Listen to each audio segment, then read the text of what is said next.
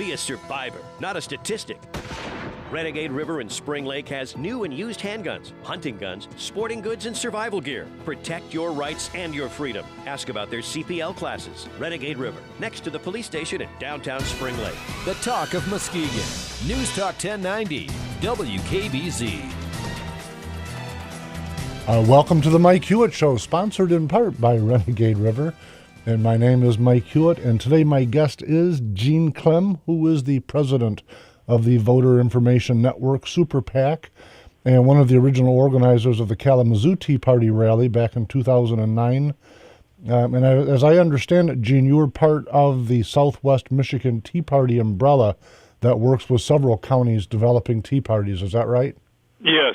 We kind of put out a sample for everybody to follow with bylaws and a good way to set up the continuing organizations. And we probably assisted up to 6 or 7 of them, I guess, getting started up. Very nice. I got to tease you before we get off into the serious stuff. I see a picture that shows a picture of you who I consider like the picture of Tea Party, but you're standing at what looks like a podium at the Michigan State Republican Convention. Tell me, what's that, Gene?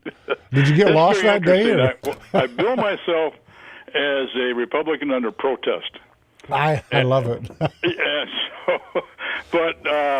I go back. They started the Republican National Committee, I think, in 1980, and I've got a little wallet card as one of the founding members of the Republican National Committee. I was deep into my career in IT at that time and send them big bucks, and so they sent me those nice cards every year. But I was very much involved. Probably until H.W. Bush was inaugurated, then I just kind of lost all my fervor, and it went away, and I dropped out. I dabbled in the Libertarian Party for a while.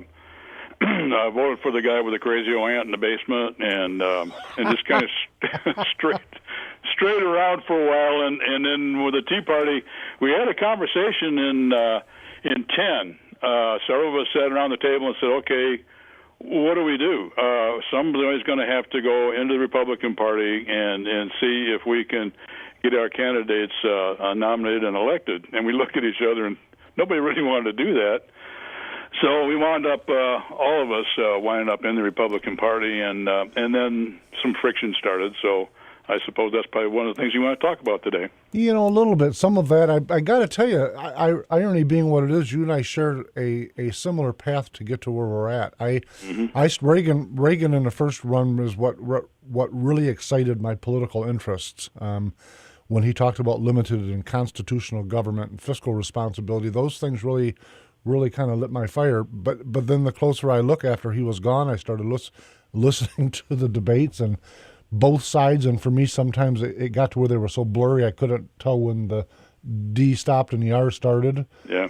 And it got a little bit confusing. Now, way before the Tea Parties, I got involved with the Republican Liberty Caucus and ended up helping to found the Michigan RLC. And then inevitably the Tea Party, and along the path I challenged an incumbent and all the other things that hard-headed people that refuse to give in do. So we have a similar path, but along with talking about the picture and the relationship with you and the state party, another thing that came up after I posted the announcement to the show's Facebook page is somebody asked me not to allow you to talk about to do your Braveheart speech.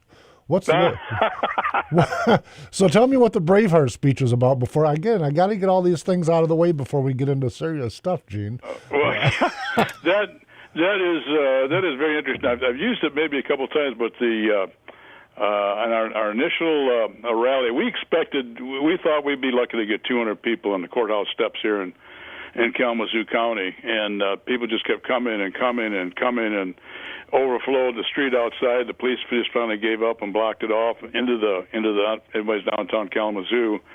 No, it was into the park in the middle of town, and but I had it planned all along at the end of it to give the Braveheart thing about many years from now, as you lie dying in your bed, would you not give every one of those years, but come back here right now and fight for liberty and freedom? And I got this huge roar from the crowd. I mean, it was just an amazing feeling. So I think that's where it comes from. I've kind of used little bits of it from time to time to get people really jazzed up at Tea Party meetings.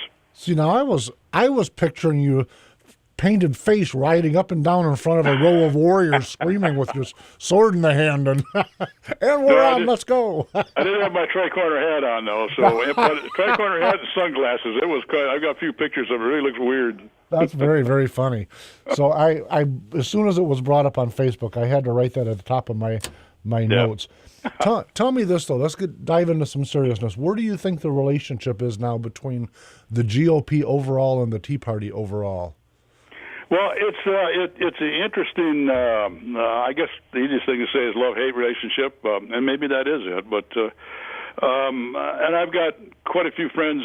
Some people that were old-timer. That's where that picture came from. Some people have been in the party for years and years that I got to know and become friends with, and all of a sudden they discovered that Tea Party people were just kind of regular conservatives, and they weren't really like that pack of zombies that just come up out of the ground.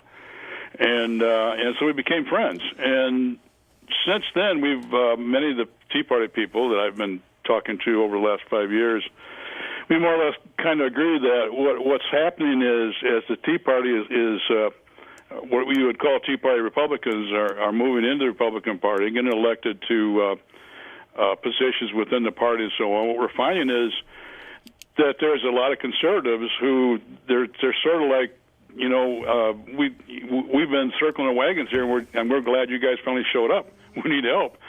So that's kind of what's going on. We're forming the coalitions, and it's just my sense from just talking to people across the state is that if you group people as constitutional conservatives, small government conservatives, versus people who think government should do more, I think the small government constitutional people who come from the Tea Party and the old-timers that have been around for a long time, I think we outnumber I guess you'd call them the moderates. And it's moving more and more in that direction. And a lot of the energy and the activity is coming, as usual, from the new people in the party. Sure. I often, as I watch the Tea Party folks who are now flying a Tea Party banner, and I'm agreeing with you that a large part of those folks were really the backbone of what used to be the Republican Party. So in many cases, it's the same faces I was seeing 15 years ago or 10 years ago. But what I kind of giggle a little bit about from time to time is I recall Trent Lott, when they asked him what he thought of the Tea Party, he said, "I think it's great. We'll co-opt them." Yeah. And that is not exactly what's come to pass. Right. So I like that part a lot. I recently saw a banner on somebody's Facebook page, and it said Liberty GOP. And they made it one word, LIBERTEA GOP. And I got to tell you, I think that's the foundation of what the Republican Party really is. And so part of what I want to talk about, because I think you and I agree on a lot of these general topics, is one of the things, if you talk to just Republicans that are not necessarily out engaged as much as us political monkeys are, you ask them what it means to be a Republican, and I got to tell you, it feels like the definition has been a little bit skewed or lost over the last few years as everyone tries to jostle to make their voice the one that's heard. Now, what do you think of that? Yeah, I think so too. An interesting concept was brought up by a good friend of mine from Howell. She said that she considers herself a platform Republican, and if you look at the Republican platform, there's nobody in the Tea Party that wouldn't go along with everything that's in there. It's anti-Common Core. It's for traditional marriage. You go right down the line, but in the meantime, we have some people who are elected that don't pay any attention. Their votes don't pay any attention to that platform at all. So, I think the friction comes. I think, and I think she hit it right on the head. Is you can be elected and you can be working in the party but not believe in the platform at all, but just put the platform out there to fool people to think that that's what the Republican Party stands for. And then, so obviously, then the friction is going to be internally within the party. I had an email yesterday. Oh, can't we stop this bickering? No, You can't, because there are two different groups of people who are vying to get the right people nominated and elected. And if you just keep your mouth shut and don't say anything, well, then who knows who's going to get elected? So that's not the way to do things. I'll tell you this on that point, Gene. I happen to think that the bickering is healthy. I think that our founders, frankly, set up, like it or not, set up an adversarial system. So from our courts all the way to our party politics to allow the strongest ideas to inevitably prevail. And I think that's really, really important. You know, when you hear the thing, I watched a video the other day, and it was from a Republican Main Street organization, and the guy was a Republican, but he was mocking people that do rhino hunting, and I mean, when I listen to that, I'm with you, because I'm a platform Republican, and I'm thinking, here's this guy sitting on a stage, has a microphone. I don't know how big his audience is, but what he's actually doing is saying, I'm not a Republican because I want to be. I'm a Republican because it fit my constituency base when I got elected. Gene, that's just, to me, that's just the wrong reason to do anything, whether you're a Democrat or a Republican or whatever. I mean, have some core values and be willing to stand up on top of the stump and announce them. And I don't see that a lot from some of the folks that refer to themselves as moderate. Right, and that's some of the arguments that we've been having here locally. If you get a group of people to go to work for you and they're going to work in your campaign, get you elected, and you're going to run on the Republican platform, and then when you get to Lansing, you don't vote that way. Like, well, you took advantage of me because you were running on the platform, but now you're voting for Common Core or whatever. Right. And so the argument begins, and then some people saying, "Well, we should be nice to people." And but when they don't vote right, you got to let. There are some votes that, I don't really care. How many hours that they require people to train to be a barber. If it's 1,725 or whatever. But I do care about Common Core and Medicare expansion, and so some votes are just more important than others, and people have to realize that. I refer back to, I can remember I played football in high school, and I remember one game that we just barely won, and it was down in Buchanan High School, and you had to climb up a bank to get back to the locker rooms after the game was over. I couldn't hardly crawl up the bank. I was so beat up and smashed, but I had so much respect for the other team. Because it was we played a team that was really, really good, and that's what you want to do. You want to go up against the best. You want to have that contest, and then may the best man win. Same thing in politics. That's exactly the way I look at it. When I look at votes like the Common Core and the third of the Republican legislature that voted for Common Core, and then that also voted for the Michigan Medicaid explosion, which is Obamacare, by the way. Right. When I look at those kind of votes, and I agree with what you said, I've often analogized it to say we're not debating how many angles should be on a stop sign. These are significant and generational decisions that are being made.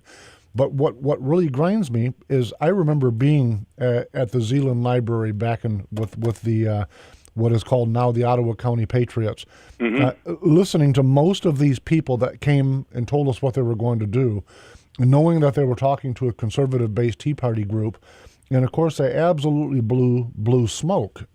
I'm going, but the problem with it is I was taking notes. I remember what you said. And so I'm one of those guys, as probably the folks that at least know me or that have listened to the show that know that I'm perpetually calling for primaries, because I think that's how we make America stronger, and it's certainly how we make the party better by defining. I think that's one of the two tools that we have to define the GOP. But I also have been known to hearken back a lot to Ronald Reagan's bold colors, not pale pastels speech. Whereas the moderates will say, the folks that are against us within our own party will say that we have to act like the enemy in order to win. And I just reject that completely. Crazy. Yeah. And I say, well, it didn't work so well for McCain, and I told you it wouldn't. And it didn't work so well for O. Romney, and I told you it wouldn't. And it worked really good for O. Snyder, but I got to tell you, his ratings are in the toilet. So he can do what he wants, but the public is saying that's not what you told us. So. Right. At any rate, the question we've got to figure out as a group or as an electorate is how do we get from where we're at to where we want to go?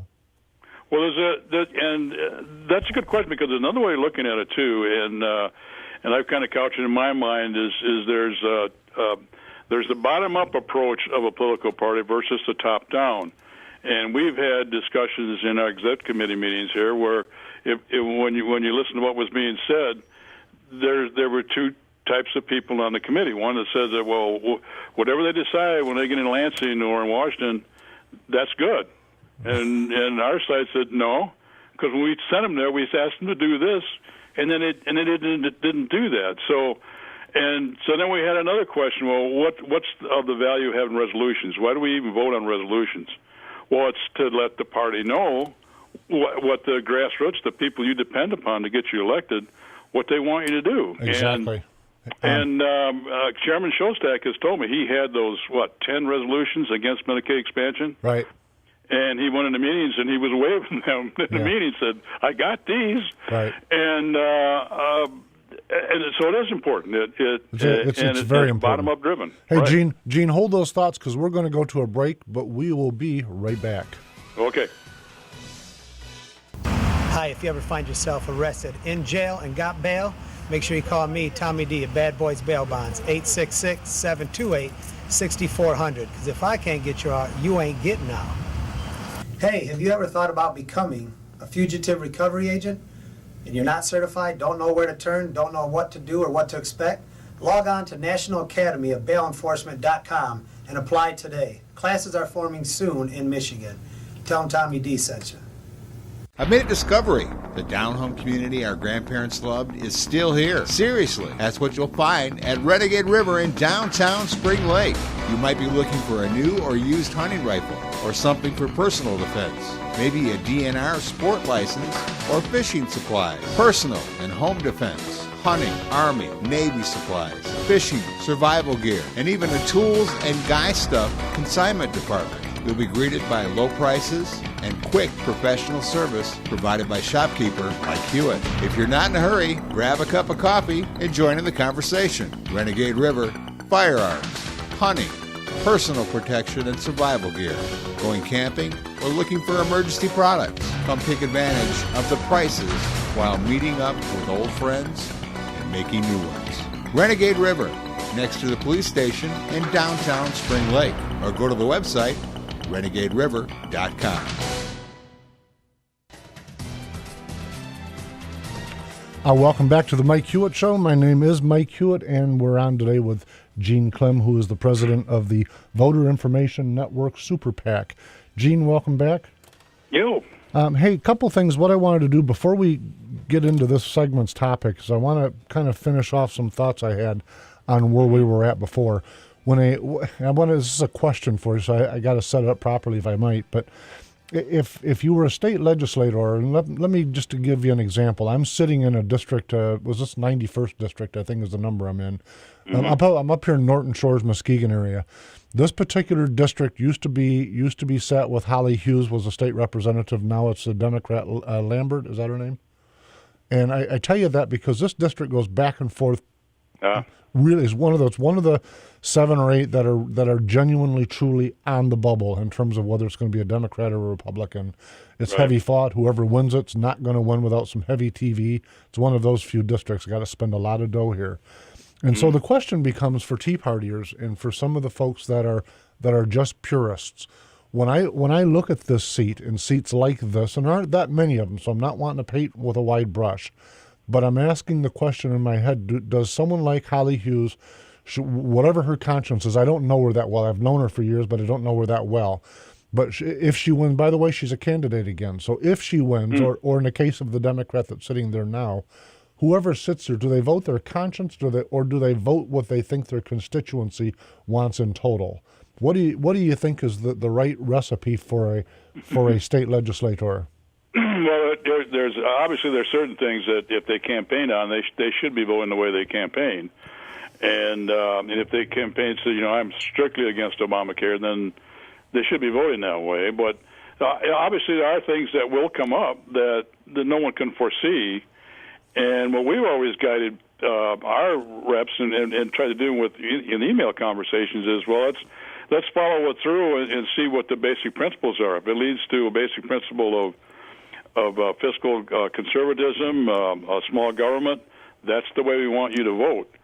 And so, they should serve their consistency, and then that's the way we look at it. So now if they've got one split 50-50, our Senate seat here in Kalamazoo is very purple. It's the whole county, and it's almost exactly 50-50. Sure. That becomes a problem, and so you really got to be careful on what you campaign on, and I think most people are probably careful and don't campaign on anything. So I don't know where you stand then. Yeah, it's kind of funny that you mentioned that, because then I just was reading some notes on actually on the Drudge Report where Christie attacks Obama. Yeah, and I got to tell you, someone who's been fairly active politically for a while now, long enough to get fat and bald, I stand back and I think isn't the electorate sick and tired of the posturing that goes on? I mean, this obviously I'm not a Chris Christie supporter, but the guy's a moderate at the very best. Frankly, by my definition, he's a Democrat. He spent a couple years hugging all over the Obama administration, supports a great portion of the anti-gun lobbying, the Obamacare or different versions of it. This guy is, by my definition at least, he doesn't support. I'll use yours. He doesn't support the Republican platform, or at least those things are not the things he's advancing. But now he's trying to swing around to try to grab the base of the Republican Party by saying, "Hey, I'm with you guys. I don't like him either." And I mean, that's the kind of politician, frankly, that I think turns people off, and it's why some folks refuse to pay attention. I think we've got to find some way to. I guess that's what makes me bold colors and not pale pastels, because those people repulse me.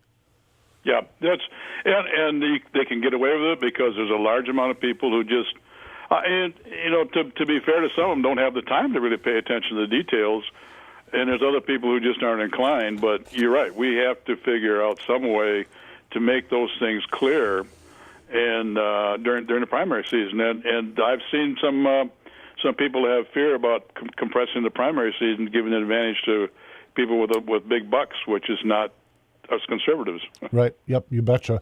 Now, and by the way, have you noticed that all conservatives are rich 1930 styles bankers? Yeah. Right. Sure. Yeah. I got a little white mustache. And, yeah. Noticed that. A little tuxedo. It's kind of funny. And anyhow, what I really wanted to focus on in this segment was what I believe to be all ideologies aside. In my mind, it's the only thing that's going to save America, which I genuinely believe is in decline. And the first and foremost of that is saving the American family. I've talked about it a fair amount on this show. I don't know that by the way, after a little disclosure, I tend to be a Jeffersonian type of Republican. Mm-hmm. And with that, I tell you that my closest political cousins are very conservative. But when I say that, when I look at people with the gay marriage issue and all that, when I say Jeffersonian with his quote about and I have to paraphrase because I never can do it exact, but he was referring to faith or religion when he said it doesn't skin my knees nor pick my pocket if you say there's one God or 20. And I say it that way because then when I look at gay marriage, I said I don't know that someone getting married, gay or otherwise, that doesn't affect me, my faith, my family. Those things don't affect me unless they're pushing it in my face, which is a separate topic. But I'm couching the whole position so as that I can say I don't think those are the paramount issues of saving traditional family, which in my mind must be saved. When I look at the statistics for all of the crimes and the suicides and the murder, all of these negative societal statistics are all tied to single-parent families. Right. I mean, these things they're not ideological. They're mathematical facts. You can write them down on paper, and they're indisputable. And by the way, I love that cuckoo clock. Yeah, it's loud. Yeah. So when I wanted to just, I guess, give a little bit of background on where I'm at on that topic. Having said all of that, what do you have any kind of vision or hope for trying to save the American family? Do you agree with me at all on this topic, or where are you at on it? Well, yeah, I agree. There's and I have a lot of discussions with, especially over the same-sex marriage issue. That's and most people seem to agree, to me anyway, that there's two parts to it. One is most people see the need, if you have same-sex couples, that there are some legal things that are tied to it, and then you go back to why is that? Because of our tax laws, and it just gets really muddy. But that's the fact that there is, and it seems like civil unions seem to be a way to do this, but it's the language people are using. If you want to force religious people to say that same-sex marriage is marriage, as sanctified as by the church, then that's not going to work, because there's too many people that do not believe that way, and it's a religion, and you have freedom of religion. So you have a nexus there that is real difficult to solve unless you decide, okay, there is such a thing as a civil union, and if you want a civil union, you go down to the courthouse and you file and you get it all done, and that's it. I got to tell you, I in general, I agree with you on that, Gene. As what's the old saying about the devil is in the details, and so is the debate. Right. When I look at the topic, first off, I absolutely think that they're every bit as equal of a citizen in this country and should have the same rights as anybody else. Right. So that's how I see that. When I look at marriage, I do see the word marriage as a statement of faith. It is from church. Now, having said that, when I look at the First Amendment, my idea of church and faith might be absolutely, completely, totally different than yours. Mm-hmm. And so if I go to my church and get married, that's me getting married before my God and how I ought to see it. And I don't think that the government isn't, nor the people, by the way, are in a position to paint out what church is for anybody in their own belief structure. That's the ugly part of the trying to wrestle out the details, because this is of faith. And if I had a gay couple sitting here in the studio with me, they could both be very devout Christians, by the way, and have a very, very different flavor, a different way of arguing or how should I, defining their faith. And who am I to tell them that they're wrong? Yeah. And so that's the slippery slope. Inevitably, and I'm not a Ron Paul supporter, by the way, but inevitably I'm probably with him on this position, and that is that this is not a topic that's a role for government. And if it could be argued that it is, I don't think anybody can say this is a federal decision. I just don't see how they can say that. Exactly right. That's exactly right. Yeah, and I think another thing just popped in my mind too is that well, first of all, I'm a delegate to our annual convention. I'm a member of United Methodist Church, and that friction and that argument's been going on for years and years and years within the church. And there's two sides to that. But my argument with the church is, you're failing. The reason that we're having all these problems is because the churches are failing. They're failing. They're losing membership. But what are they trying to do? Along with charity, they're trying to shove it off on the government. Now they're trying to shove off morals on the government. We're just all messed up here. The churches have to be stronger and have to keep their word out there, and then not allow this stuff to be usurped by government, because anything that is sucked into the government, sucked into that whirlwind, it's always destroyed. It is. It's a fascinating thing that even those folks that consider themselves atheists, that are looking to the government to define a faith, is what they're actually doing.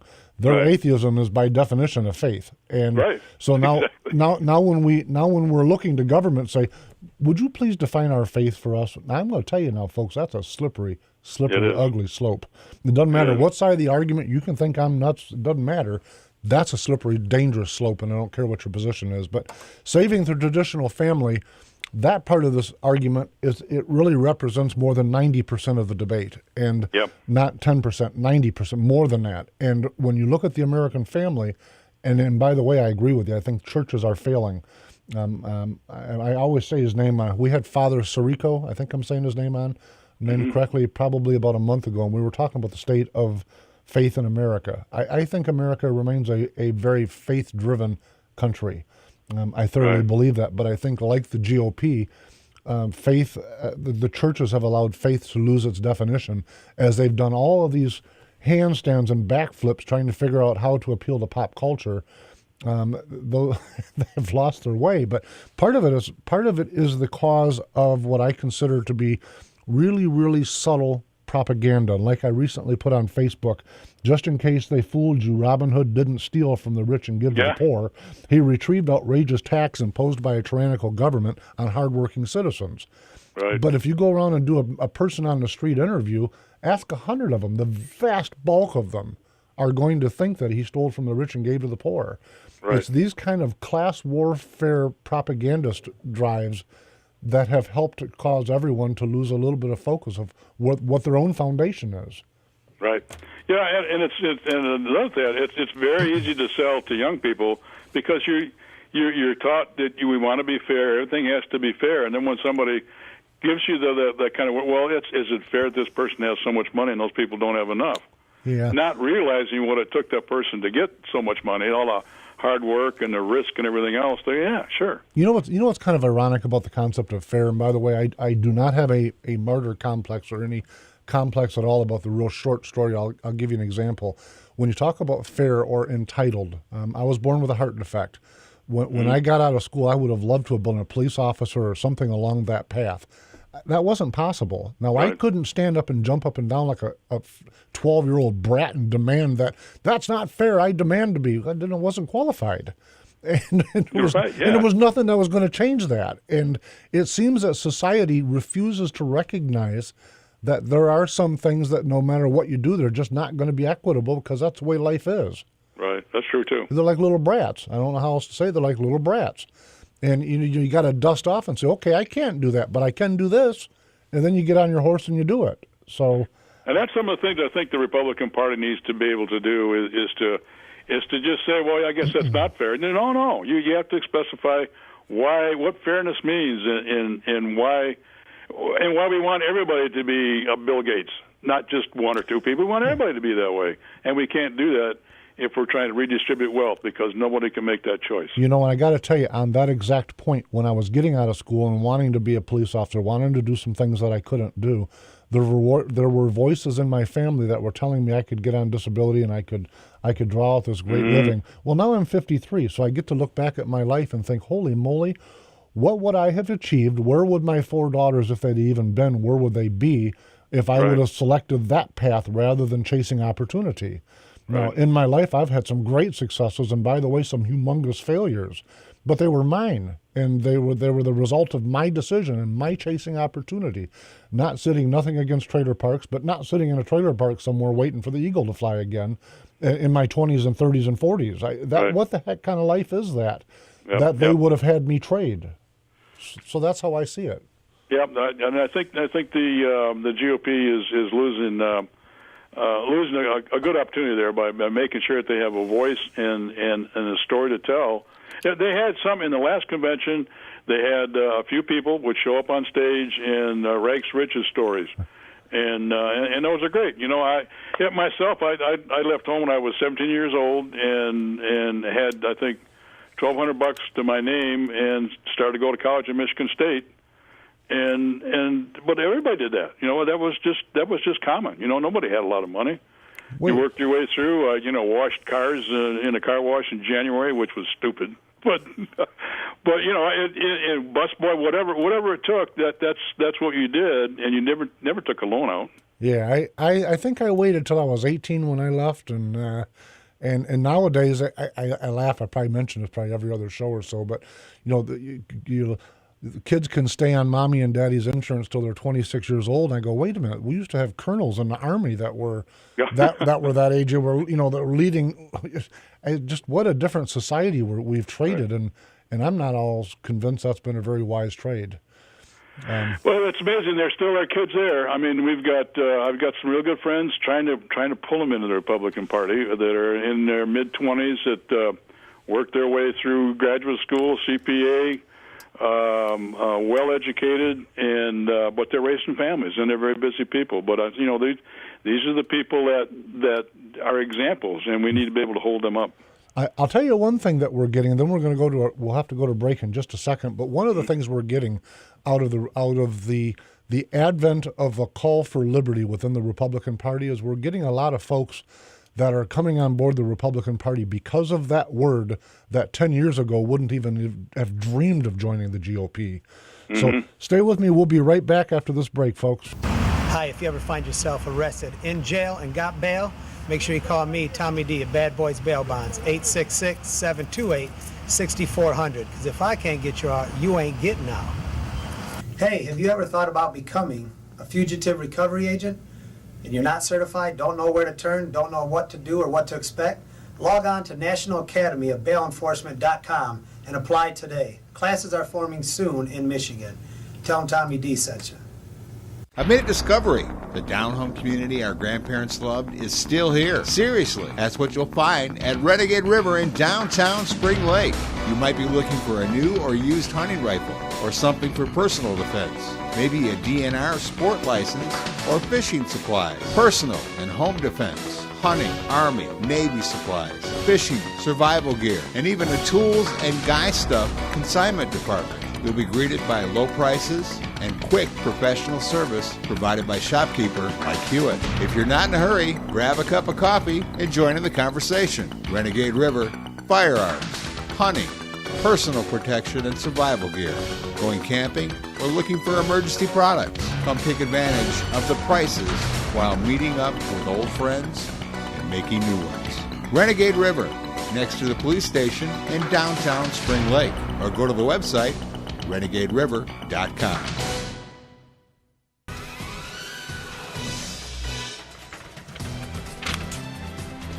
You're listening to the Mike Hewitt Show, and welcome back, Gene. Yep. Hey, let's, in our final segment here, couple things. First off, you went somewhere last night. Was it a Lincoln Day dinner, or where were you at? Yes, Lincoln Day dinner at Van Buren County. Okay. Did you get to hear a speaker, Gene? Well, yes, Congressman Rogers was there, and he was giving a good speech, kind of explaining what was going on with his not running again. But one of the things he mentioned was what was going on with the war on terror and all the attacks and the cyber attacks and everything else. And so he's saying that we're in war, but what has anybody given up? Nobody's given up their car. Nobody's given up anything. And I'm in the back of my mind, I'm thinking, liberty with the NDAA, where people are giving up liberty like crazy with the TSA and everything else, but he didn't realize that. He doesn't think in those terms because he's become a citizen of Washington, D.C. So that was what going through my mind. Yeah, it's truly a fascinating thing that a lot of these folks, and in fact, it really probably goes to the conversation we were having in the first segment, a lot of these folks are embracing limited constitutional government and liberty when they're campaigning, and probably in their heart. I'm not calling them fake. Right. I think they believe that.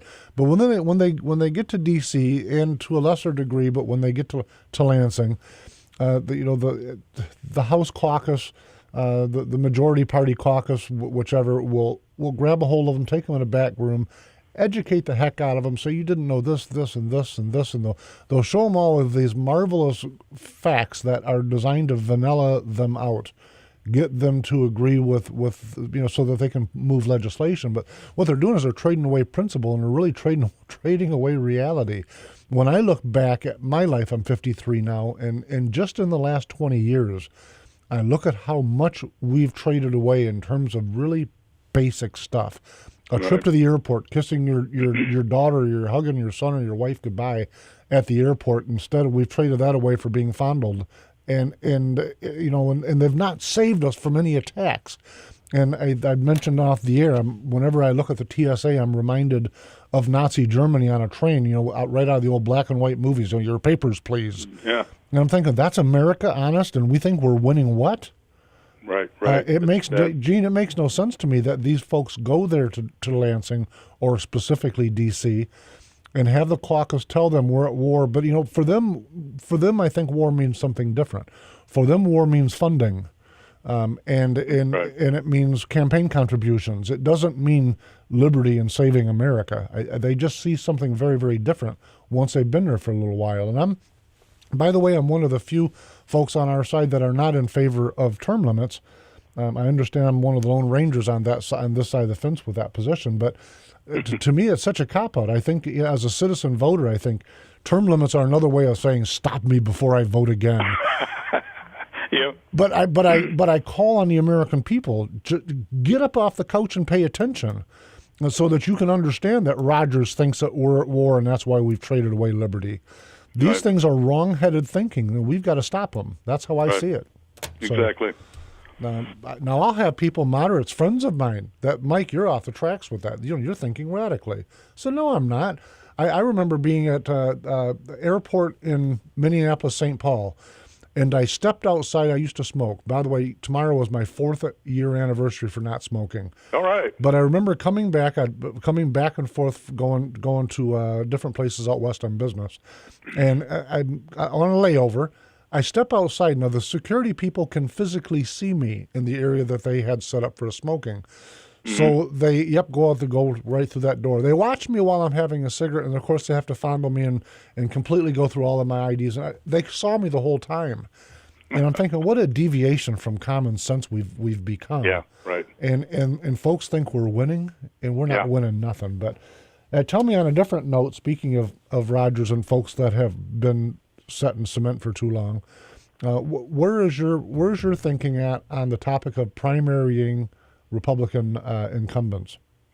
Well, we going way back when we first started the Tea Party. I mean, that was one of our things we realized very early on. Is primaries are very important, and again, and I've had a conversation with many people in the Republican Party, many of the officials, that I look at it as a primary is if people should want to have that position, and they should have to play for it.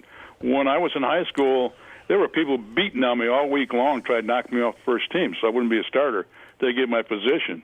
And the reason for that is you want to field the best team possible on Friday night. And I look at primaries as the same way, is you want to field the best team possible. In Kalamazoo, we've got one of our state districts, state rep districts. We've got 2 very good conservative gentlemen run against each other, and they're friends. And we're saying this should be real interesting because we get a choice between 2 really good people. And unfortunately, one of them couldn't live in another district, but that's just the way it is. And so I'm heavily in favor of primaries. I know a lot of people in the party who also are in favor of it, and they're in favor of keeping hands out. It should be strictly up to the voters and grassroots. I remember in 2004 when I challenged an incumbent, who, by the way, I consider a friend now, and she's been on the show a couple times. But back then, the party establishment thought I was absolute like the devil incarnate for doing that. Yep, right. What are you thinking? I mean, I talk about being ostracized. I was really sent out to the back 40. Yeah. But for me, I think primarying is a common sense issue on 2 things. First off, you mentioned early on in today's show, we talked about Common Core and the Medicaid explosion. And I think that those folks that voted for that need me to be brought before the voters to explain their vote. Right. And right now it seems that us conservatives and liberty-leaning Republicans have a tendency in total of when we lose a battle, we just dust off and go, okay, let's move on.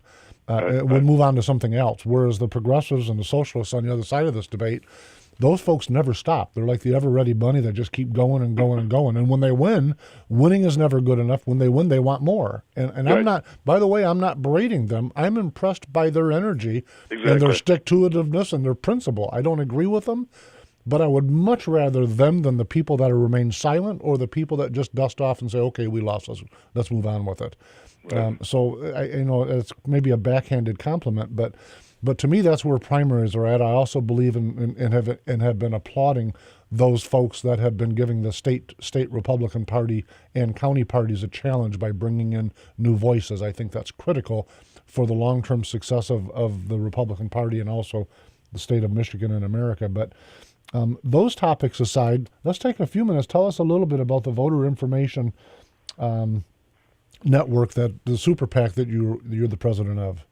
But that's it's interesting. You kind of led into with the way the progressives are organized, and they just don't stop. I was involved with the Get Out the Vote operation in 12 that failed, called ORCA. And I know if you're not really a party hack, you probably don't know what that is. But it was a system that was supposed to be nationwide, be able to make sure you got out the people to vote. and it was held a secret until about 3 days before the election, and it crashed miserably. It never worked at all. A bunch of people, somebody's son-in-law walked away with a $40 million contract. But anyways, that's beside the point. That's usually how those secrets that involve money work, by the way. Yeah, right, yeah. So we had a technology committees under the Michigan Republican Party. I was involved with that, and after 2 or 3 months, I more or less dropped out of it because I didn't think the direction it was going was good enough. So we've kind of muddled around, and we come up with a super PAC, and we want to build what the progressives use, and we're calling it the Voter Information Network. It's at voterinformationnetwork.org, and we're also on Facebook. But basically, we're building on a database, like a voter database that most campaign people use. On top of that, we're going to build a data exchange so that if you come into the state and you want to run for president, you can find out who has information that you need and be able to pick up that information from them. And on top of that, we're going to build a communications layer in that, for instance, if you are someone like Melanie Curtis, who has a project to fight against Common Core, I want to be able to marshal as many people in the state as possible on my side. We'll be able to build an email list that she could use among all the people who are a member of this voter information network, and she can rally the troops based on that. And on top of that, we eventually will build analytics. This is a long-term solution. But the reason that it cannot be done by a political party is that it involves, eventually we're going to involve 501c corps, and they cannot, by law, have anything to do with the political party. And as a matter of fact, some of my friends who are in 501c4s will not even be in a room with the Republicans when we're planning any Tea Party organization thing. So it's that critical. So, but it's going to be built. There's the progressives have what they call a state table. And the state table, they have a similar organization I'm talking about that has, like the ACLU, the Sierra Club, Acorn, NARAL, Planned Parenthood, all the usual suspects. They're all a member of this thing and share the database. And they've been on that for over 10 years now, and we're just getting started here in the state of Michigan. Hopefully it will be a model for other states to follow. We've been talking with people in Texas and in West Virginia so far. So that's kind of where we're coming from. We're trying to build a brand new utility that's available for conservatives, held by conservatives outside of the Republican Party. Gene, how's it funded? We're funding right now. We're in the middle of our fund drive, and we will fund it up to. We're probably looking for $150,000 total. I think we have probably funded and pledged now close to 50, about 48. So as soon as we get that thing done, the big price tag is getting the voter database loaded at the bottom end of it, and getting that operating and getting people on it. So if a person wants to look at it deeper and then maybe get excited like I am and contribute, what do they do, Jim? Just go to voterinformationnetwork.org, and on every page there's a little button you can click to donate, and we appreciate it. Okay, listen, we're down inside the 60-second warning, so I wanted to tell you I genuinely appreciate you coming on the show, and I hope listeners do. But I've had a lot of fun today, and I hope to get you back on here somewhere in the next few weeks, because as we get further into this primary, things are going to start heating up. It's going to be fun. Yeah, I'm very much looking forward to it. Are you working on any campaigns down there at all? I'm working on the Wes's campain, okay. West Nakagiri. Yep, very nice. Gene, I will talk to you on Facebook, and everybody else, thank you very, very much for listening to us, and we'll be there. What are you telling me, Oscar? Keep going. Keep going? Keep going, okay. He's giving me, I never know if he's telling me to wrap it up or keep going. On a side note, Oscar hit a deer yesterday. Are you all right, Oscar? I'm all right. He's all right. Well, we were talking earlier. I am starting a blog called A View from the Bunker. It's going to be on the Kalamazoo County GOP site. So if anyone wants to just Google that and check me out, it'll probably go online sometime next week. View from the Bunker? Yeah, View from the Bunker. There you go. Gene, thank you very much. Okay, good afternoon. Folks, we'll see you next week.